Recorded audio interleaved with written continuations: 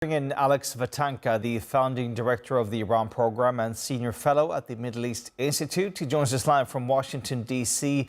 Alex, where do you see these upcoming nuclear talks going? What's it going to take for each side to be happy enough to make a deal?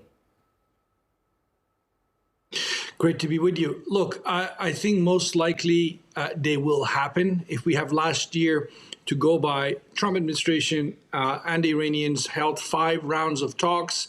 We all know what happened. They collapsed and we had the U.S. striking Iran's nuclear sites. But look, end of the day, both sides need to see if they can resolve at least their nuclear differences in some kind of an agreement. If they can start that on Friday, great. If not, I'm not sure what would come next. That takes us to the mind of President Trump. Would he do something as he did during the 12-day war last year, a limited military operation? Some people say that might be what he wants. The Iranian side probably would learn to accept that, because the regime right now is on such a defensive place that all they want is for the regime to survive. So they rather, that's my reading, I think the Iranian regime rather have limited American strikes on them as opposed to capitulating to Donald Trump the way the president has been articulating his demands as of today.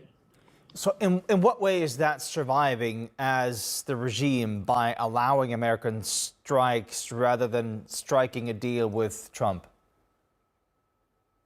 So surviving meaning that the regime is not toppled. That's what survival means here, that they are staying in power, that they will have another opportunity to rebuild. They're already, based on reports we're seeing, rebuilding some of their nuclear infrastructure.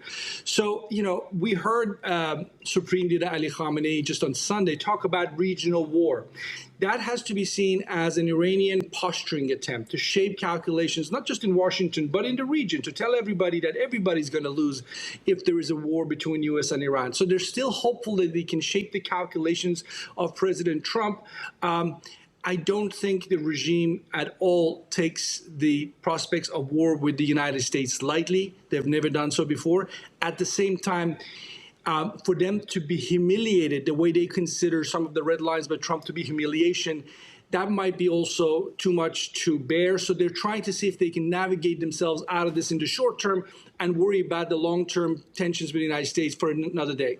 Alex, what about the people who went out to protest on the streets of Iran? I mean, Trump told them, keep protesting, help is on its way.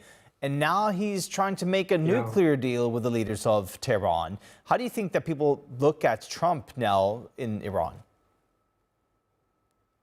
Yeah, look, I mean, the president obviously did come out and say he would support the protesters. It didn't happen. In essential terms, on the ground, it didn't happen. The regime did what it wanted to do to those people. And as you said, thousands of people were essentially massacred by their own government.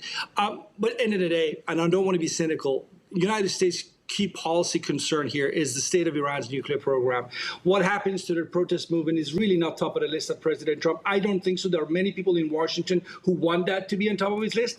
I doubt very much that's the case. So the president is focused on that nuclear issue, maybe the missiles, maybe what Iran does in the region, but that's about it.